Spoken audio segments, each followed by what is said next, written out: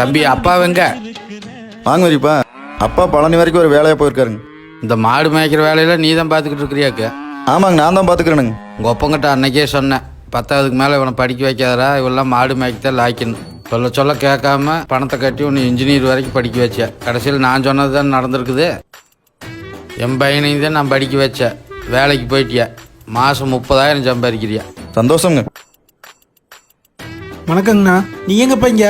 தம்பி பார்த்துட்டு போகலாம்னு வந்தேன். நீ எங்கிட்ட இங்கே வந்திருக்கிற? பேங்க்லேயே அதிக வரவு செலவு பண்ணுறது இவருதான். இன்னைக்கு ஏதோ பிஸியாக இருக்காருன்னு பேங்க்லேருந்து கையெழுத்து வாங்க தட்டி விட்டுருக்காங்க. அதிக வரவு செலவா? மாதம் எவ்வளோ தம்பி வருது? மாதம் என்னங்க ஒரு 5-6 லட்சம் வருங்க. இந்தாப்பா வரேண்ணா. சரி, எங்கே வர? ஆணி விடுங்க.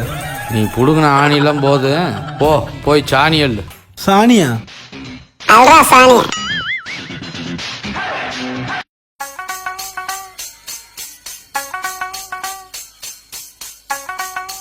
என்னங்க இன்னைக்கு பாலில் தண்ணி கலந்துருப்பீங்களாட்டிருக்கு? வாயில் அடிங்க ஆரோ வாட்டருங்க அது. இப்போலாம் ஓப்பனாகவே தண்ணி கலக்க ஆரம்பிச்சிட்டிங்களா? பாலுக்கு இந்த தண்ணிக்கு என்னங்க வித்தியாசம்? பால் வெள்ளையாக இருக்கும், தண்ணி கலர் இல்லாமல் இருக்கும். நீங்கள் வேற.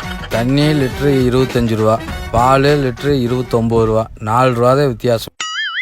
போகிற ஓக்க பார்த்தவங்க இன்னொரு 10 வருஷத்தில் பால் ரேட்டை விட தண்ணி ரேட்டு அதிகமாயிருமுங்க. அப்புறம் வந்துங்க பாலில் தண்ணி கலக்க முடியாதுங்க, தண்ணியில தான் பாலை கலக்கணும். என்னங்க இப்படி மாட்டீங்க? நீங்கள் லாபம் பார்க்கணுங்க, எங்கிட்ட ரேட்டு கம்மியாக வாங்கிட்டு போய் வெளியில் எச்சா விற்கிறீங்க. நானும் லாபம் பார்க்கணுங்க. வருங்காலத்துலிங்க மாட்டிலிருந்து பால் கறக்கையிலேயே பாலுக்கு பதிலாக தண்ணி வர்ற மாதிரி விஞ்ஞானிகிட்ட கண்டுபிடிக்க சொல்லியிருக்கணும். வரட்டுங்களா?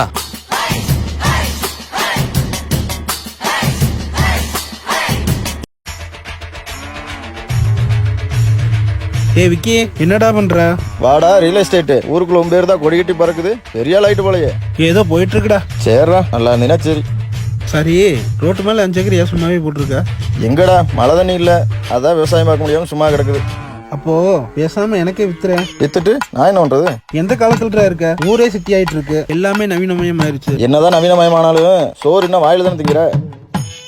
உன்ட்டெல்லாம் பேச முடியுமாப்பா? உன் பங்காளி எல்லாம் பாரு, நிலத்தை வித்துட்டு வெளியில போய் செட்டில் ஆயிட்டான். நீ பாரு, இன்னும் மாடு சாணி விவசாயம் சுத்துற.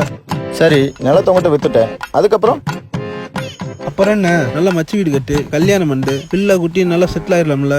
சரி, செட்டில் ஆயிட்டேன், அதுக்கப்புறம் கால் மேல கால் போட்டு ராஜா மாதிரி உட்காந்து சாப்பிடு.